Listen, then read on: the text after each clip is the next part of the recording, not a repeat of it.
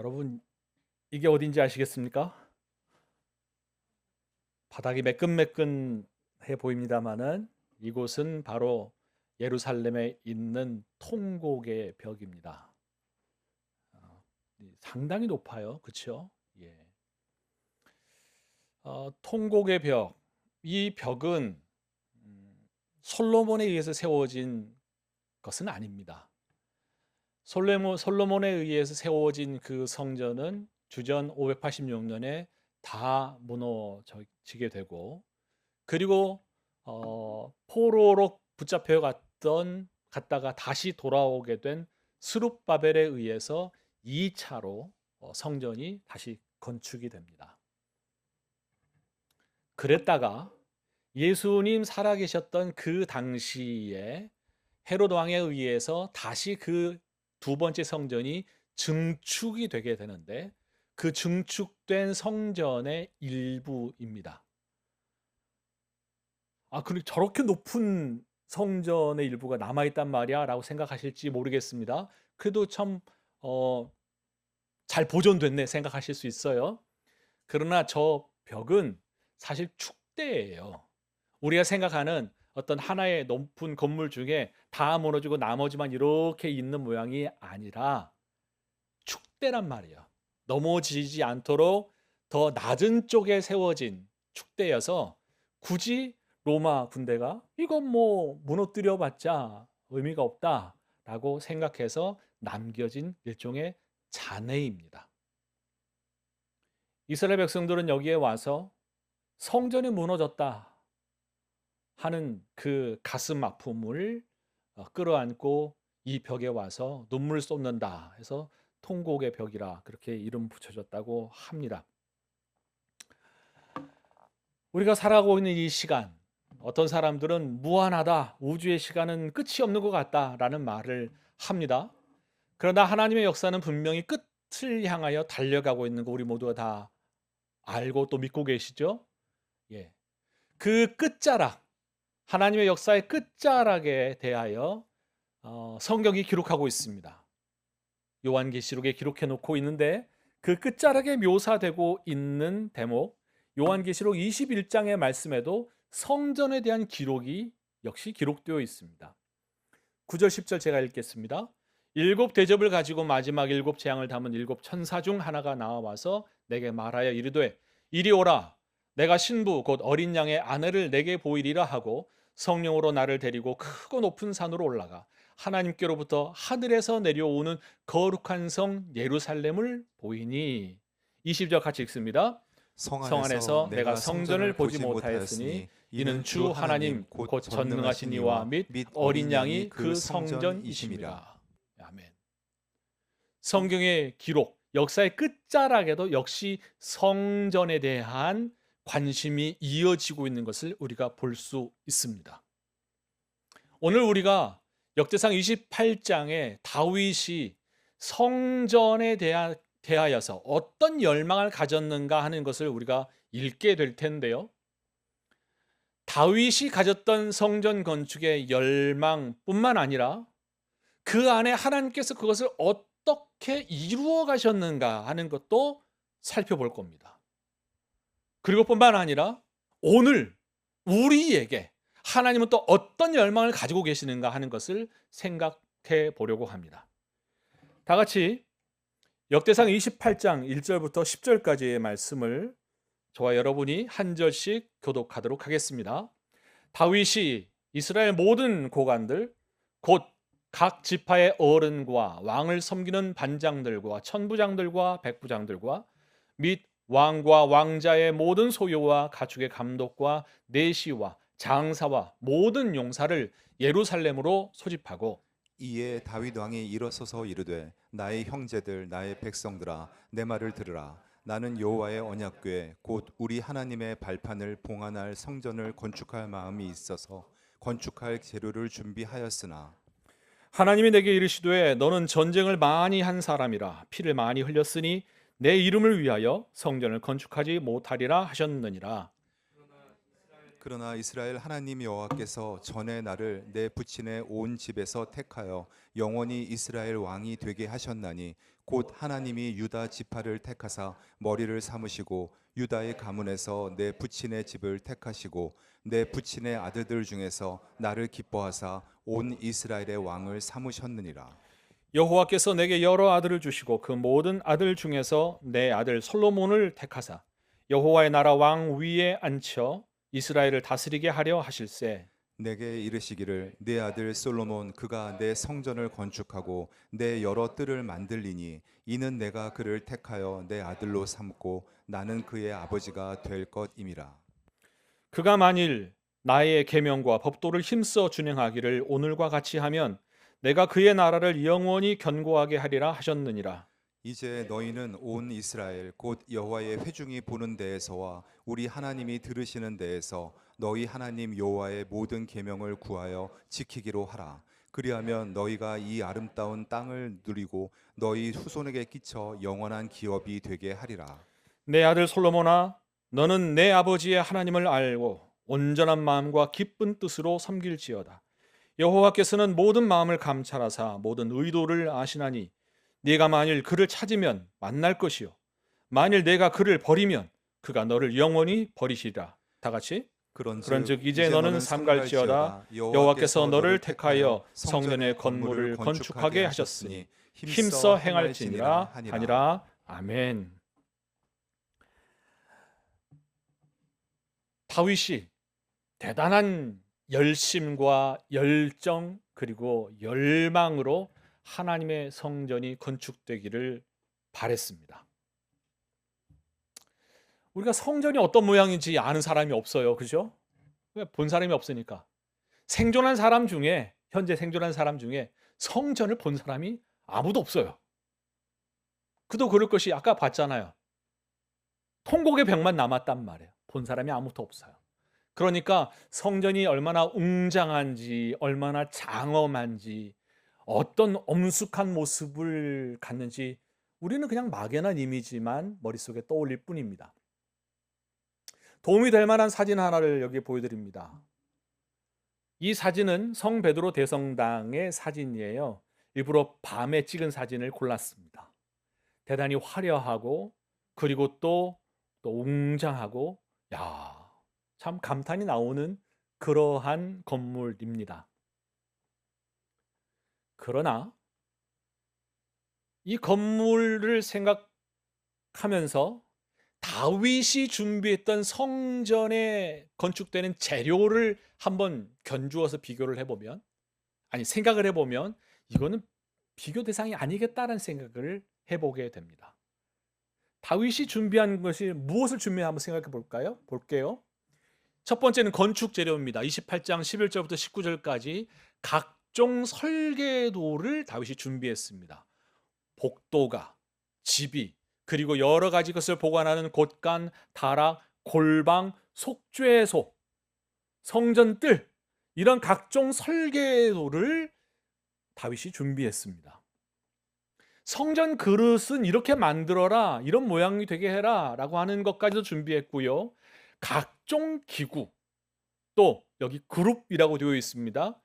법궤 위를 덮는 그 천사를 그룹이라고 지칭을 하는데, 그 그룹은 이만큼의 무게를 갖고 만들어져야 한다고 기록해 놨어요. 건축 재료가 그렇고요. 사람은 이렇게 준비하도록 했습니다. 제사장, 레위 사람들로 시작하여서 모든 이라는 단어가 붙어 있는 그러한 사람들 세웠어요. 전부가 다 동원되었다라는 이야기가 되겠죠. 뿐만 아니라 이것이 진행되도록 하기 위해서 들어가는 여러 예물들, 그리고 소요되는 비용까지도 여기에 기록해 놓았습니다. 각종 보석을 여기에 나열해 놓았고요. 특별히 다윗이 직접 드린 금이 3,000달란트래요. 환산하면 112톤을 드렸대요. 100톤. 지금 10톤짜리 덤프 트럭이 10대가 오는데 거기에 다 금이 실려 있는 거죠. 예. 은은 7,000달란트, 262톤이에요. 어마어마한 양을 다윗이 드렸습니다. 뿐만 아니라 함께한 백성들, 그들도 금을 188톤, 금화는 10,000개, 10,000개, 은은 375톤, 동은 700톤 가까이, 철은 4,000톤 가까이를 드렸어요. 그리고서 다윗이 하는 말이 29장 16절에 우리 하나님 여호와여, 우리가 주의 거룩한 이름을 위하여 성전을 건축하려고 미리 저축한 이 모든 물건이 다 주의 손에서 왔사오니 다 주의 것입니다 라고 이렇게 고백하고 있습니다. 갑자기 오늘 주일 잘못 왔다라는 생각이 드십니까? 야, 이거 지금 뭔가 지금 느낌이 쎄한 그런 느낌이 혹시 오십니까? 갑자기 우리 성전 건축하죠? 뭐 이렇게 지금 말씀을 나오는 거 아닌가 좀 긴장되십니까? 고민하지 않으셔도 돼요. 다윗은 이렇게 성전의 건축을 준비하잖아요. 그런데 제가 하나님 말씀을 이렇게 묵상하면서 야, 하나님은 다른 준비를 하셨구나라는 걸 깨닫습니다. 전혀 다른 준비. 그 다른 준비의 서막은요, 다윗의 인구조사에서 비롯돼요. 사탄이 일어나 이스라엘을 대적하고 다윗을 충동하여 이스라엘을 계수하게 아니라 다윗이 요압과 백성의 지도자들에게 이르되 너희는 가서 브엘세바에서부터 단까지 이스라엘을 계수하고 돌아와 내게 보고하여 그 수요를 알게 하라. 다윗이 어느 날 이스라엘 백성들 군대로 징집할 수 있는 숫자를 파악하라고 요압 군대장관에게 명령합니다. 요압이 그 말을 기쁘게 듣지 않습니다. 뭐 하시게요? 그래도 요압이 제대로 된 이야기를 해요. 하나님이 이 백성들을 가득 더 충만하게, 더 번성하게 하시기를 원합니다. 이렇게 말을 하면서 요압이 하는 말이 하나님이 우리의 힘입니다라는 그런 뉘앙스로 다윗에게 이야기했음에도 불구하고 아니, 다윗은 이야기합니다. 저 제주도에서부터 저 백두산 꼭대기까지 몽땅 다 조사해가지고 나한테 보고해. 이렇게 이야기를 해요. 이 말의 의미는 이 나라를 지탱해 나갈 우리의 힘이 어느 정도인지를 내가 알아야 되겠다 하는 것이 다윗의 마음이었어요. 당연히 하나님이 기뻐하실 만한 일이 아닌 것 우리가 이미 알고 있죠. 참 아이러니하게도 다윗은 역대상 18장에서 이런 일을 합니다. 다윗이 전쟁에 나가서 철병거 그리고 기병들, 보병들 다 자기 아래로 굴복시킵니다. 그런데 4절에 다윗이 그 병거 100대의 말들만 남기고 그 외의 병거의 말은 다 발의 힘줄을 끊어버렸대요. 그것은 한편으로는 이게 다른 데로 오용되지 않도록 해야 되겠다는 것으로 이해할 수 있습니다만은, 그러나 더 깊은 뜻은 이 나라의 군대력은, 이 나라의 힘은 저 말들의 힘에서 비롯되는 것이 아니다 하는 고백이에요. 그냥 말로만이 아니라, 이 말이 아니라 실제 말에 발의 힘줄을 끊어버렸어요. 힘을 못 쓰도록 만들어버렸다고요. 다윗만 이렇게 한 게 아닙니다. 여호수아가 정복전쟁으로 가나안 땅을 정복할 때에 여호수아 11장에 보면 여호수아 역시 그가 획득한 말의 발의 힘줄을 끊어버립니다. 그것은 하나님이 우리의 힘이시다. 나의 힘, 이 나라에 유지되고 지탱될 수 있는 모든 힘은 군사력에서 오는 것이 아니고, 백성들의 수가 많아서 오는 것이 아니고, 오늘날로 치면 세수가 넘쳐나서 나라가 유지되는 것이 아니고 하나님이 우리의 힘이시다. 이것을 다윗이 고백했었단 말이죠. 근데 오늘 지금 딴짓을 하고 있어요. 다윗이 딴짓을 하고 있어요. 그 일의 배경에 1절은 사탄이 일어나 충동하였다라고 기록하고 있습니다. 그래서 이 일의 결과가 어떻게 됐습니까? 하나님이 이 일을 악하게 여기셔서 이스라엘을 치셨어요. 다윗이 깨닫습니다. 하나님, 제가 심히 미련하게 행했습니다. 8절에 구하고 용서해 주십시오 라고 간구하였지만, 그러나 하나님은 그 간구를 그냥 입의 말로 끝내버리지 않으시고 14절, 이스라엘 백성 중에서 7만 명이 죽는 하나님의 징계를 이스라엘에게 행하십니다. 그래서 다윗이 이렇게 고백합니다. 17절 같이 읽습니다. 시작. 하나님께 아뢰되 명령하여 백성을 계수하게 한 자가 내가 아니니이까 범죄하고 악을 행한 자는 곧 나이니이다. 이 양떼는 무엇을 행하였나이까? 청하건대 나의 하나님 여호와여, 주의 손으로 나와 내 아버지의 집을 치시고 주의 백성에게 재앙을 내리지 마옵소서 하니라. 참 어려운 대목이기도 합니다. 다윗의 말처럼 내가 죄를 지었습니다 라고 말하는데 왜 이스라엘 백성들이 7만 명이나 죽어나가는지 이 상관관계에 대해서 참 설명하기가 좀 쉽지 않아요. 아무 죄가 없는데 한 사람이 잘못해가지고 도미노처럼 여기서 툭 잘못하니까 7만 명이 우르르 죽어버리는 이런 그림 같아서 이걸 어떻게 해석해야 될지 참 어렵습니다. 그러나 다윗이 범죄한 이 일은 다윗 혼자만의 이유는 아니라고 생각이 됩니다.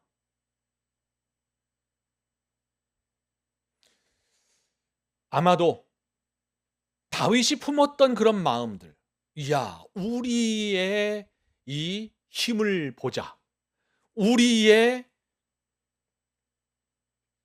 군사력과 이 나라의 대단함을 함께 보자 라는 그런 것에 동참하는 것이 있지 않았을까라는 생각을 그냥 유추해 봅니다. 다윗의 그러나 마음, 주여 여호와여, 주의 손으로 나와 내 아버지의 집을 치시고 주의 백성에게 재앙을 내리지 말아 주옵소서, 이 재앙을 그쳐 주옵소서라고 그렇게 하나님께 간구할 때에 여호와의 천사가 갓을 통하여서 이렇게 명령합니다. 다윗, 너는 이제 올라가서 여부스 사람 오른난의 타작마당에서 여호와를 위하여 제단을 쌓아라. 그래서 26절, 다윗이 여호와의 제단을 쌓고 번제와 화목제를 드릴 때에 하반절에 여호와께서 하늘에서부터 번제단 위에 불을 내려 응답하셨다. 그리고 천사는 그가 휘둘렀던 그 칼을 칼집에 꽂았다라고 이렇게 해놓았습니다. 이 모든 것에 대해서 다윗이 목격하죠. 다윗이 여호와께서 여부스 사람 오른난의 타작마당에서 하나님의 응답하심을 보고 거기서 제사를 드렸는데, 바로 3절 뒤에 22장 1절 같이 읽습니다. 시작. 다윗이 이르되 이는 여호와 하나님의 성전이요 이는 이스라엘의 번제단이라 하였더라. 다윗이 이렇게 고백해요. 야, 여기가 하나님의 성전이다. 여기가 이스라엘의 번제단이다. 이야기합니다. 아직 성전이 세워지기 전이죠. 어떤 일이 일어난 걸까요?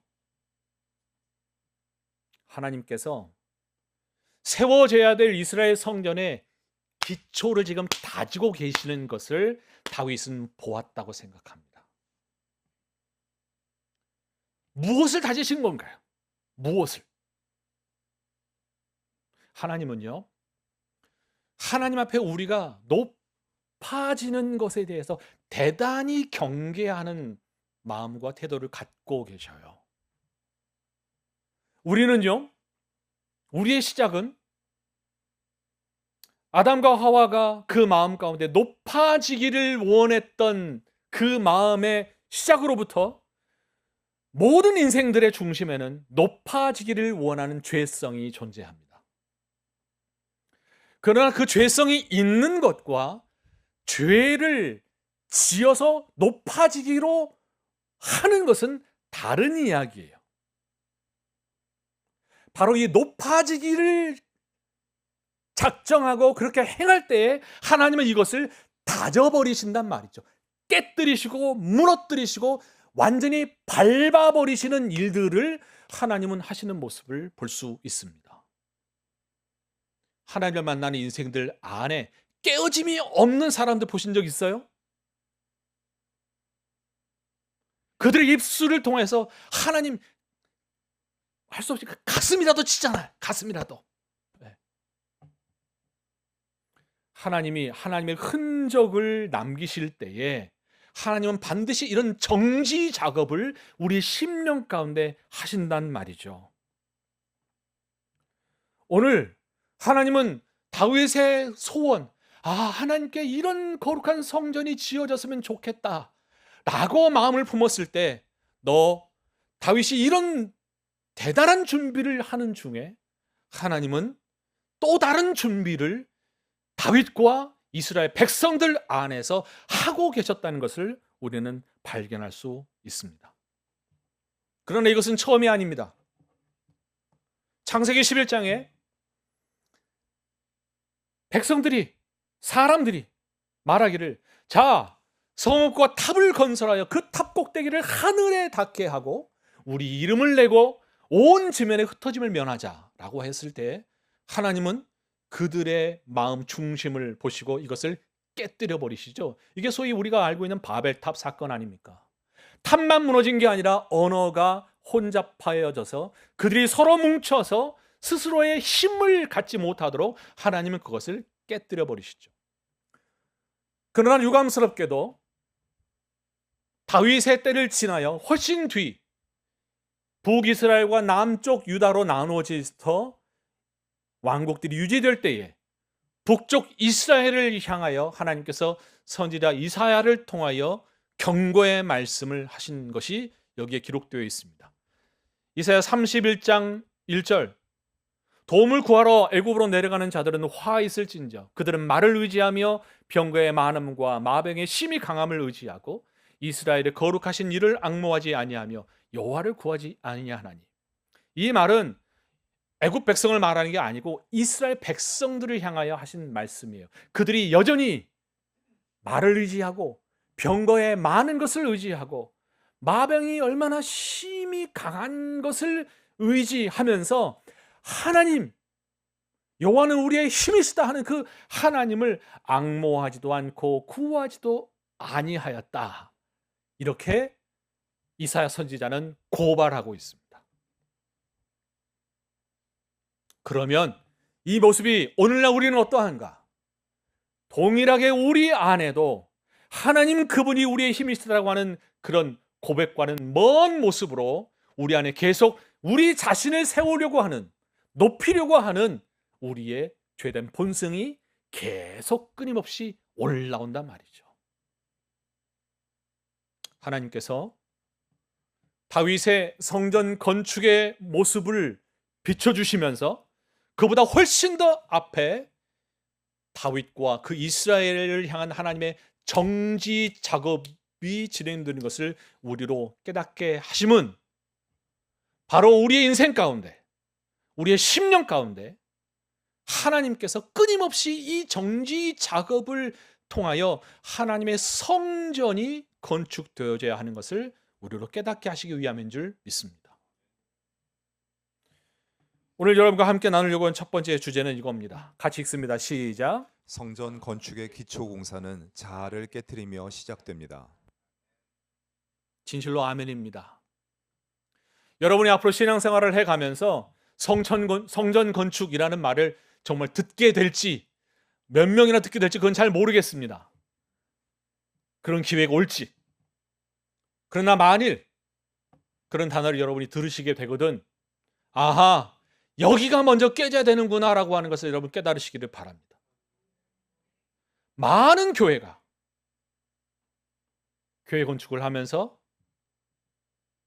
서로의 이권 다툼으로 나누어지고 갈라지고 건물은 덩그러니 남았는데 교회됨은 잃어버리는 모습들을 우리가 많이 알고 있습니다. 만약 하나님께서 우리 그리스 교회에 복을 주셔서 우리 이 공간으로는 정말 안 되겠다.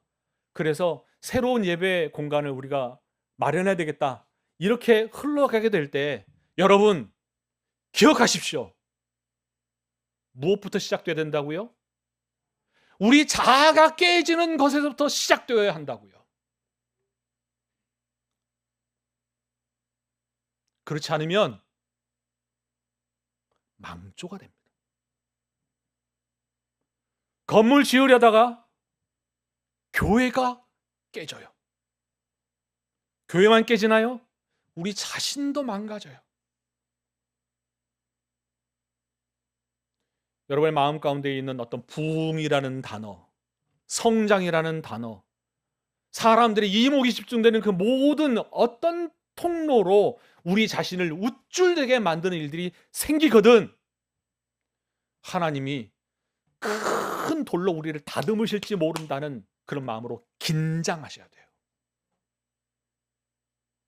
다시 한번 첫 번째 주제 같이 읽겠습니다. 시작. 성전 건축의 기초 공사는 자아를 깨뜨리며 시작됩니다.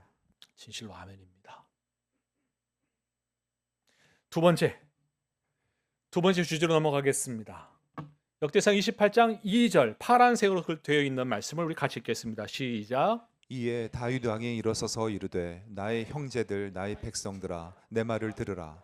나는 여호와의 언약궤 곧 우리 하나님의 발판을 봉안할 성전을 건축할 마음이 있어서 건축할 재료를 준비하였으나. 질문 드립니다. 다윗이 왜 성전을 지으려고 했다고요?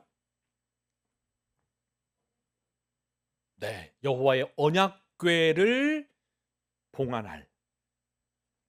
여기는 그 언약궤, 하나님의 발판, 하나님의 임재, 하나님의 서 계시는 그 법궤를 봉안할 성전을 건축해야 되겠다 하는 거예요. 그러니까 성전 안에는 뭐가 있다는 거예요? 언약궤. 그렇죠? 예. 성전 안에는 지성소가 있고 그 지성소 안에는 언약궤가 있습니다. 그 언약궤 안에는 뭐가 담겨져 있죠? 핵심적으로는 십계명이 담겨져 있죠. 그렇죠? 십계명은 뭐예요? 하나님의 백성이 하나님을 섬기려 할 때 어떻게 나아가야 하는지에 대한 우리의 지침서나 다름없죠. 하나님은 우리에게 이것을 원하신다고 우리에게 가이드해 주고 있는 것이 십계명이라는 말이죠. 성전과 그 법궤는 하나님이 여기에 계시다라고 하는 하나님의 존재를 우리가 잊지 말아야 할 것과 우리가 누구인가라고 하는 우리의 정체성을 알려주는 도구입니다. 이게 성전의 중심에 있는 거예요. 이스라엘이라 함은 하나님께서 우리를 다스리신다라는 의미입니다.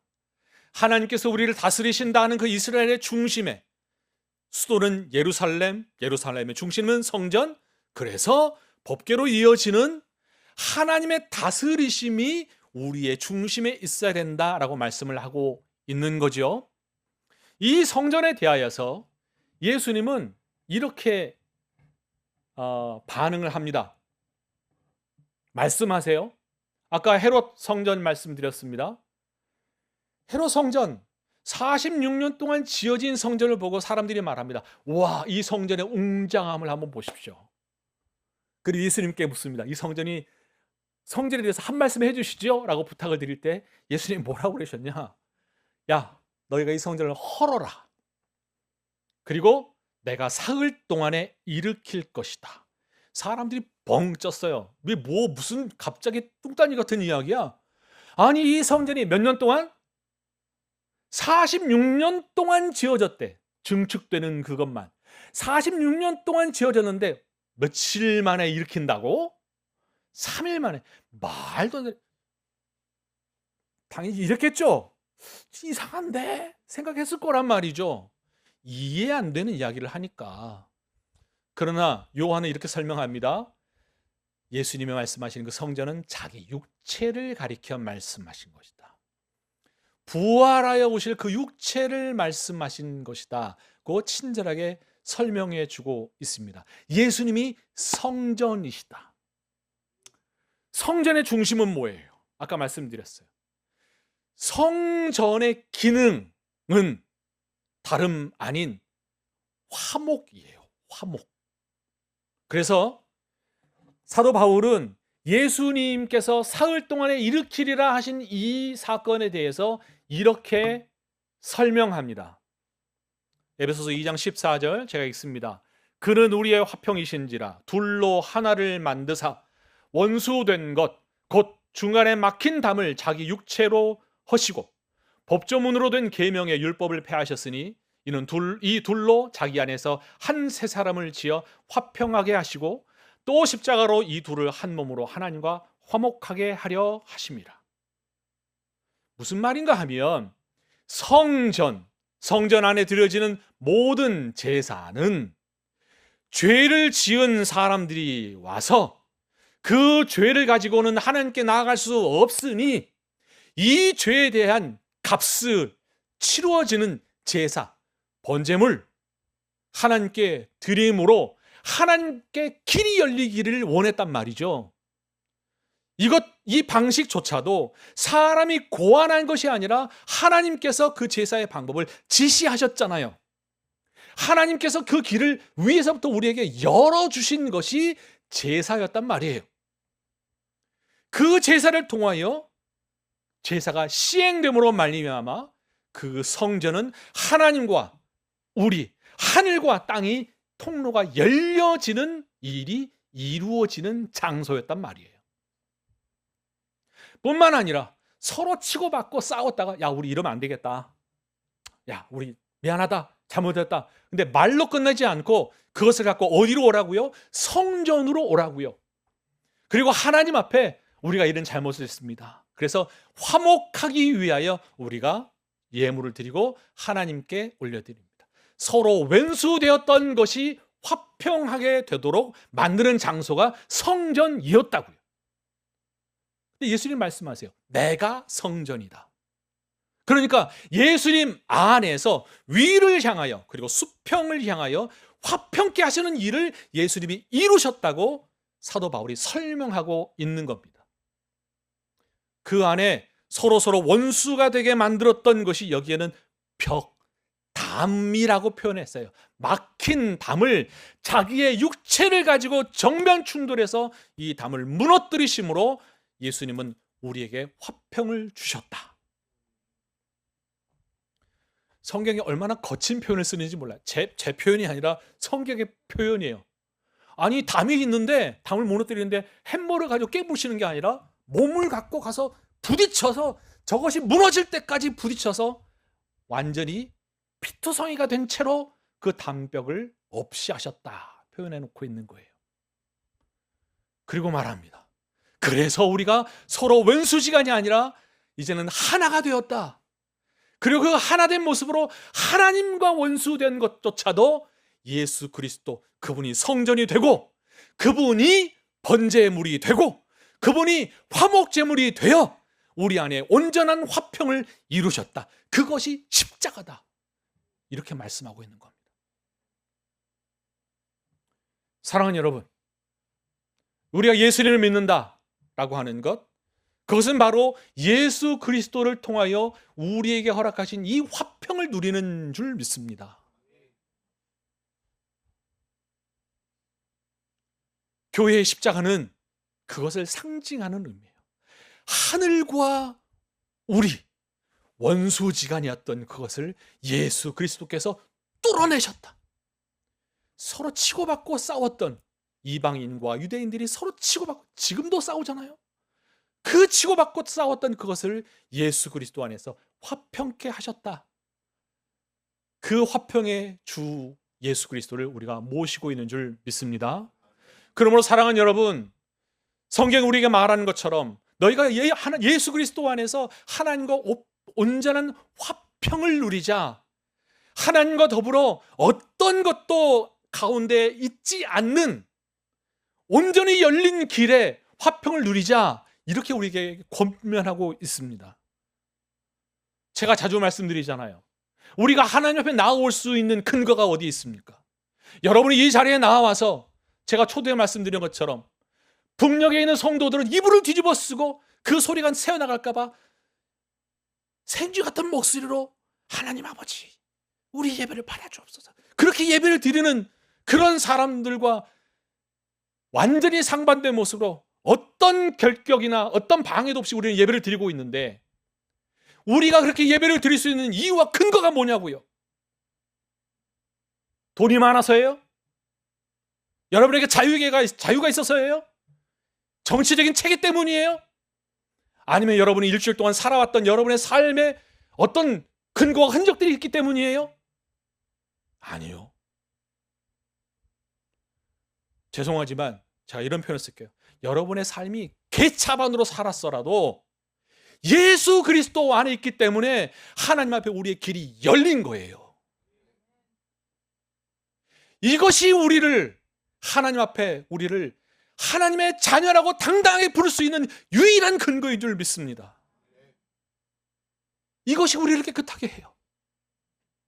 이것이 우리를 예배자로 만들어요.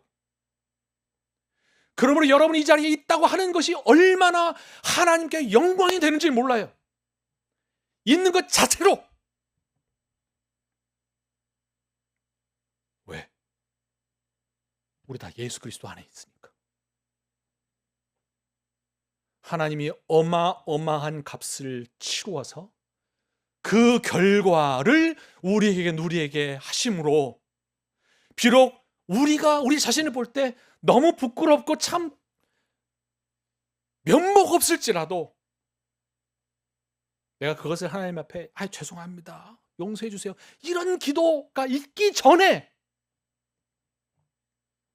하나님은 우리를 자녀로, 예배자로 이 자리에 있게 하셨단 말이죠.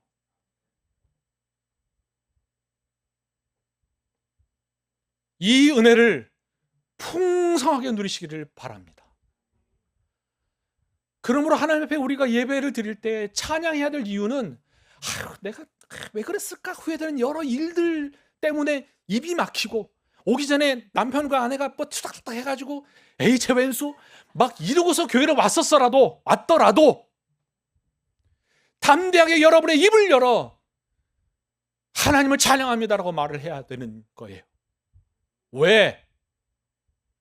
여러분이 싸우지 않고 알콩달콩 잘 살면 그것이 예배의 제목이 되는 게 아니라니까요.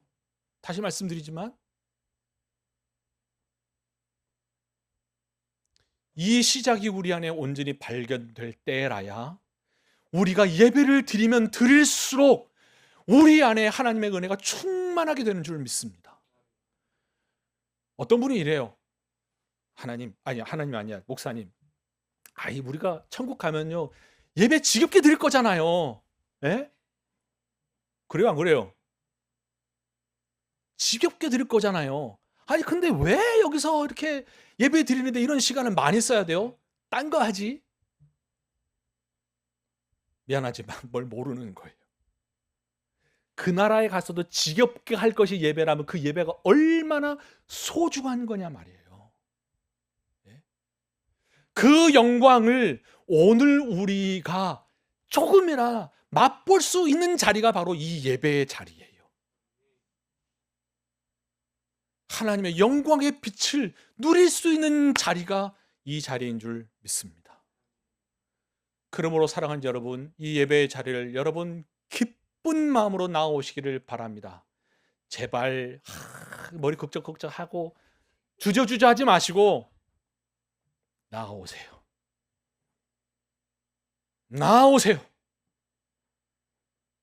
그리고 예수 그리스도, 이게 얼마나 큰 은혜냐, 이게. 그 보혈이 우리에게 뿌려졌다고 하는 그 사실을 가지고 보혈을 지나 아버지 품으로. 성경은 이야기합니다. 휘장처럼 매달려 있는 그 육체를 우리가 지나서, 선혈이 뚝뚝 떨어지는 그 육체의 휘장을 지나서 우리는 하나님께 나아가는 자들이다. 바로 그 자리가 이 자리인 줄 믿습니다. 이것을 예수님이 완성하셨다고 말씀하시는 겁니다. 두 번째 주제 같이 읽습니다. 시작. 성전 건축은 예수 그리스도 안에서 온전히 완성됩니다. 그 성전인 예수 그리스도를 우리 안에 모시고 사는 사람들, 그 안에서 그 성전의 핵심적인 내용, 하나님과 화목하고 이웃과 화목하는 그 복을 충만히 누리시는 귀한 성도들 되시기를 주의 이름으로 축원합니다. 세 번째 주제로 넘어가겠습니다. 다윗이 솔로몬에게 9절 특별한 부탁을 해요. 색상까지 입혔어요. 그 특별하죠, 그죠? 네, 특별한 부탁을 해요. 같이 읽습니다. 시작. 내 아들 솔로몬아, 너는 네 아버지의 하나님을 알고 온전한 마음과 기쁜 뜻으로 섬길지어다. 여호와께서는 모든 마음을 감찰하사 모든 의도를 아시나니 네가 만일 그를 찾으면 만날 것이요 만일 네가 그를 버리면 그가 너를 영원히 버리시리라. 갑자기 조금 이상해져요. 다윗이 얼마나 큰 열망을 가지고 성전 건축을 준비했는지 아시죠? 마치 꼭 가나안 땅을 바라보고 하나님께 모세가 하나님 저기 들어가면 안 돼요? 모세가 얼마나 가고 싶었겠어요. 예? 다시 한번 좀 생각해 주시죠. 이렇게 하나님께 모세가 간구하는데 지금 다윗은 야 너는 안 돼 라고 이야기하니까 얼마나 속이 타겠어요. 너 손에 너무 많이 피를 묻혔다. 이 둘은 어울리지 않는다 해서 허락하지 않으셨단 말이죠. 그럼에도 불구하고 다윗은 어마어마한 준비를 해 갑니다. 그랬으면 이 성전 건축이 진짜 인생을 바쳐서 이루기를 원하는 업적 아니에요. 그렇죠? 이거 정말 끝판인 거잖아요. 끝판. 그러면 솔로몬에게 너 무슨 일이 있어서 너 죽을 각오를 하고 성전을 건축해라 라고 끝맺어야 하는데, 그런데 성경은 이야기해요. 솔로몬아, 내 아들아, 한마디로 하면 끝이 아니다. 눈에 보이는 성전이 끝이 아니다. 이렇게 이야기를 하고 있어요. 그리고 말을 해요. 하나님을 알고 온전한 마음과 기쁜 뜻으로 섬겨라. 물론 이 말씀을 성전 건축에만 국한시켜서 이해해도 말씀이 됩니다. 그런데 그 다음에 보면 여호와께서는 모든 마음을 감찰하사 모든 의도를 아시니 네가 만일 그를 찾으면 만날 것이요 만일 내가 그를 버리면 그가 너를 영원히 버리시리라. 성전이 있음에도 불구하고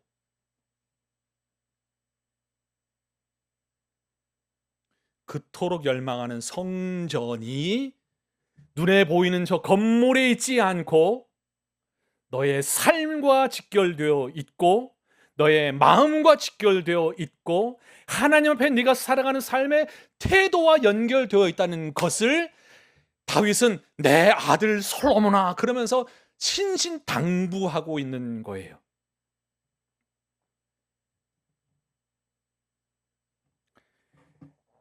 그러면 우리에게는 어떤 당부가 있을까요? 그리고 어떤 가이드가 있을까요? 고린도전서 3장 16절 17절 우리 같이 읽겠습니다. 시작. 너희는 너희가 하나님의 성전인 것과 하나님의 성령이 너희 안에 계시는 것을 알지 못하느냐. 누구든지 하나님의 성전을 더럽히면 하나님이 그 사람을 멸하시리라. 하나님의 성전은 거룩하니 너희도 그러하니라. 아멘.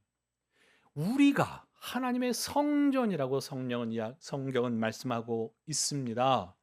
하나님의 성전의 거룩함이 우리 안에도 이루어져야 된다는 말씀을 하는 거죠. 다윗의 당부와 연결지어 생각을 해보면 너의 마음이 성전이 세워지는 것과 똑같이 너의 마음이 하나님의 마음과 이렇게 정렬이 되어야 하고 일치되어야 하고 연합되어야 하고 너의 살아가는 시간이 그리해야 한다. 의존하며 의지하며 살아가는 모든 것이 다른 엉뚱한 것이 아니라 하나님의 성전, 하나님의 임재와 하나님의 다스리심과 연결되어져야 한다. 그 말씀인 거예요. 우리에게도 동일합니다. 우리에게도. 다윗이 성전의 건축에 대한 열망으로 끌어올랐다면 하나님은 오늘 우리에게도 동일한 열망이 끌어올라야 할 줄 믿습니다. 다윗이 그런 큰 열망을 가졌지만 그 열망보다도 더 큰 열망과 열정으로 하나님께서 우리 안에 하나님의 성전이 지어지기를 원하시는 줄 믿습니다. 그 열망의 작용으로 우리 안에 하나님의 거룩함이 이루어지기를 원하시는 거예요. 그래서 이 말씀을 딱 대하면 술 마시면 안 되겠네? 뭐 담배 태우면 안 되겠네? 예, 맞아요. 비껴갈 생각하지 마세요. 그런데 그 정도에 멈추라는 말이 아니에요. 더 나아가라는 말씀을 하고 있는 겁니다. 제가 대학교 1학년 때요. 노래하면 빨리 그 입학 전 신체 검사를 빨리 끝내준다는 말 때문에 빨리 집에 가야지 그래서 제가 학교에서 나와서 노래 불러갖고 제 1번으로 우리 과가 저기 검사 받고 집에 갔어요. 그게 대단한 기여를 했다고 해서 저를 과대표를 시켰어요. 성적 뭐 이런 상관없이 뭐 통솔력이 상관없이 그냥 그거지. 너 과대표해. 문제는 개학 첫날 2학년 선배가 내려와서 야 과대표 누구야? 전데요. 나와봐. 그래서 컵에다가 소주를 반 병을 그냥 부어 이렇게 아주 이만한 복을 그래서 마셔? 네? 마셔. 네. 아무 생각 없이 그냥 마셨어요. 근데 그날 아침도 안 먹었는데 내 위장이 이만큼 있구나라고 그냥 알겠더라고요. 이렇게 쭉 들어가니까. 그런데요 정신이 번쩍 드는 거예요. 한 대 맞았네. 내가 이 술 문제를 어떻게 해야 될까? 고민 결론도 나기 전에 지금 한 대 이렇게 딱 맞은 거예요. 그 다음 날이 전교생 학부 4학년 4년 전체 대학원생 교수님 다 모이는 신입생 오리엔테이션이 있는 날 그 다음 날이에요. 그러니 지금 그 처음 먹어보는 제가 주량이 셌나 모르지만 아무튼 그걸 먹고서 정신이 번뜩 든 거예요. 야 이거 큰일 났다. 내일은 더 할 텐데. 고민하던 차에 하나님께서 만나게 해주신 귀한 만남을 통해서 제가 결론을 갖고 결정해야 되겠다. 그리고서 다음날 가서 신입생 오리엔테이션에 뭐 터뜨리고 막 부어라 이렇게 하는데 네 주세요 받아놓고 감사합니다 따라드리고 야 너도 마셔야지 죄송합니다 저는 예수님 믿습니다. 어라 이놈 봐라 야 여기 저 사람도 예수 믿어 저 사람도 예수 믿어 많아 너네 안 마셔. 야, 그분은 그분이고 저는 안 마십니다. 이놈 봐라 멋진 놈이세. 그렇게 해서 저는 술을 안 먹는 사람으로 찍혔어요. 그런데 매주 금요일마다 술자리가 일어나는 거죠. 매주 금요일마다 과 60명이 되는 학생들이 가가지고 80명이었나? 하여튼 가가지고 부어라 마셔라 하는데 제가 안 먹잖아요. 그래 한 놈이 와가지고 이야기하는 거야. 야 네가 술을 안 먹으니까 내가 먹을 맛이 안 난다. 왜 안 먹는 건 안 돼. 왜 지가 맛이 안 난다고 말하는지는 이해가 지금도 안 되지만 아무튼 계속 그러면서 한 잔 마셔라 뭐 계속 그랬단 말이죠. 그렇게 제가 대학 4년을 보내게 됐습니다. 그래서 제가 그래도 내가 술 문제에 대해서는 그래도 내가 좀 담대하게 하는 것 같다. 담배는 어렸을 때부터 안 피웠으니까. 그렇다라고 생각을 했어요. 근데 제가 그때 성가대를 하고 있었거든요. 매주 금요일마다 성가대 연습을 하러 오는데 성가대 연습을 하러 버스를 타고 교회를 향하는 길에 야, 너 그 입은 어떡할 거니? 네? 너 말이야. 너 그 입은 어떡할 거냐고. 무슨 말씀이세요? 너 술 안 마시고 담배 안 태우니까 그래도 너 괜찮은 사람 같지? 근데 너 말이야. 그 입이 여간 거른 게 아니야. 같이 모였을 때 온갖 옮길 수 없는 말들을 너 같이 포조 맞춰서 하고 있잖아. 근데 너 지금 어디 가냐? 성가대 연습하러 가는데요. 야, 그게 어울린다고 생각하니? 얼굴이 화끈거리고 야 이거 내가 좀 어떻게 해야 되지? 라는 생각을 했어요. 그래서 제가 성가대를 걷어찼냐? 걷어치웠냐? 그건 아니고 그때 알았어요. 하나님은 내 안에 더 많은 거룩이 자리 잡기를 원하신다 하는 것을 알았어요. 단지 술 안 마신다, 담배 안 피운다 이런 정도의 것이 아니고 하나님을 닮은 거룩함이 내 안에 더 온전하게 자리 잡기를 원하신다 하는 것을 말씀하셨어요. 뿐만 아니라 그 거룩함을 쫓아가는 그 즐거움이 뭔지를 알게 하셨어요. 어떤 사람이 이야기해요. 아유, 그 재밌는 거, 그 좋은 거를 어떻게 무슨 재미로 살아요? 그렇게 말씀하실 분도 있을지 모르겠습니다. 또 그런 말을 들으실지도 모르겠어요. 그러나 우리 안에는 하나님의 거룩을 닮아가는 즐거움을 우리 안에 일으켜 가시는 줄 믿습니다. 그게 우리의 흉내낼 수 없는 즐거움이에요. 그리고 그게 우리에게 자유가 돼요. 창살 안에 들어가지 못해서 몸부림치는 사람들 아니고 우리는 창살 밖에 있는 어마어마한 자유를 누리는 사람들인 줄 믿습니다. 그러므로 사랑하는 여러분, 우리 하나님께서 우리 안에 이런 거룩이 이루어지기를 원하십니다. 다윗이 그토록 그런 열망을 가지고 솔로몬에게 당부하였다면 그것을 우리의 기도 제목으로 바꾸어서 하나님께 간구하게 되면 참 좋겠습니다. 어느 노래의 가사는 하나님의 꿈이 나의 비전이 되고 예수님의 성품이 나의 인격이 되었으면 좋겠습니다. 아니, 성품은 뭐 너무 큰 것 같고, 왜 요새는 케이크도 막 다 잘라서 조각으로 팔잖아요. 하나님, 내 삶의 한 조각이라도 예수님을 닮은 사람이 될 수 있도록 도와주십시오. 불쑥불쑥 내 힘으로 살려고 하는 내 이 죄성들을 깨뜨리시고 오직 성령의 능력을 의지하여 살아갈 수 있도록 도와주십시오. 하나님, 하나님의 시선이 머무는 곳이 어디인지 내 눈이 그것을 향하여 갈 수 있도록 내 눈을 훈련시켜 주십시오. 하나님의 마음은 지금 누구를 향하여 있는지 내 마음을 그렇게 움직여 주십시오. 하나님, 내 손을 사용하셔서 지금 위로가 필요한 사람에게, 격려가 필요한 사람에게 내 손이 그를 붙잡고 그를 쓰다듬어 주고 안아줄 수 있는 그런 하나님의 손길이 되게 해 주십시오. 하나님, 이 발로, 여행 다니기 바쁜 이 발로 하나님, 내가 서 있는 자리마다 하나님의 다스리심이, 하나님의 임재가 임하는 그러한 발걸음이 될 수 있도록, 하나님의 성전이 거기에 펼쳐지는 그러한 족적이 될 수 있도록 하나님, 저에게 은혜를 주옵소서. 그런 기도를 우리가 드릴 수 있으면 좋겠습니다. 그렇게 하나님 앞에 하나님과 우리의 삶이 더욱더 연합되고 일치되는 삶이 되시기를 우리 주님의 이름으로 축원합니다. 세 번째 말씀을 같이 읽겠습니다. 시작. 하나님의 성전으로서 거룩한 연합을 이루어가야 합니다. 아멘입니다. 제가 여러분에게 소개해드린 기도의 제목을 이 시간 함께 여러분의 기도 제목으로 올려 드리셔도 좋겠습니다.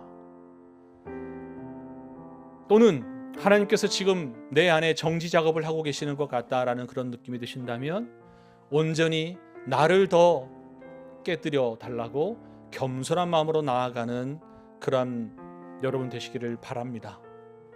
예수 그리스도 안에서 하늘 하나님과의 화평과 이웃과의 화목을 더 누릴 수 있도록 주님 도와주십시오. 혹 여러분의 가족들 가운데, 여러분이 아는 사람들 가운데 아직 이 은혜를 누리지 못하는 사람들이 있거든 하나님, 그에게 하늘 문이 열리게 하여 주옵소서. 그 기도하는 시간으로 가지셨으면 좋겠습니다. 그리고 앞서 말씀드린 것처럼 하나님, 저를 하나님과 더욱더 하나 되게 해 주옵소서. 기도하는 시간을 갖도록 하겠습니다. 기도하겠습니다.